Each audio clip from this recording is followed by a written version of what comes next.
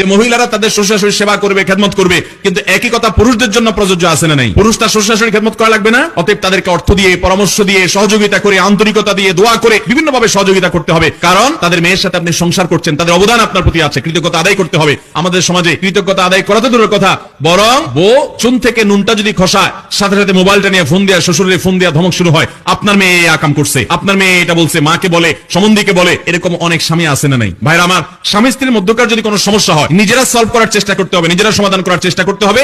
না হলে অন্যদের সহযোগিতা আপনি নেবেন, সেটাও কোরআনে বলা আছে। কিন্তু মনে রাখবেন, কথায় কথায় বাপ মাকে টেনে এনে তাদেরকে কষ্ট দিয়ে আঘাত দেওয়াটা জায়েজ নাই। আল্লাহ আপনাকে যখন একটা মেয়ে দিবে, এই মেয়েটা মানুষ হিসেবে ভুল হতে পারে কি পারে না? যে মহিলারা তাদের শ্বশুর শাশুড়ির সেবা করবে, খেদমত করবে, কিন্তু একই কথা পুরুষদের জন্য প্রযোজ্য আছে না নাই? পুরুষ তার শ্বশুর শাশুড়ির খেদমত করা লাগবে না? অতএব তাদেরকে অর্থ দিয়ে, পরামর্শ দিয়ে, সহযোগিতা করে, আন্তরিকতা দিয়ে, দোয়া করে বিভিন্নভাবে সহযোগিতা করতে হবে। কারণ তাদের মেয়ের সাথে আপনি সংসার করছেন, তাদের অবদান আপনার প্রতি আছে, কৃতজ্ঞতা আদায় করতে হবে। আমাদের সমাজে কৃতজ্ঞতা আদায় করা তো দূরের কথা, বরং বউ চুন থেকে নুনটা যদি খসায়, সাথে সাথে মোবাইলটা নিয়ে ফোন দেয়া, শ্বশুরের ফোন দেয়া ধমক শুরু হয়, আপনার মেয়ে এই আকাম করছে, আপনার মেয়ে এটা বলছে, মাকে বলে, সম্বন্ধীকে বলে। এরকম অনেক স্বামী আছে না নাই? ভাইরা আমার, স্বামী স্ত্রীর মধ্যকার যদি কোনো সমস্যা হয়, নিজেরা সলভ করার চেষ্টা করতে হবে, নিজেরা সমাধান করার চেষ্টা করতে হবে।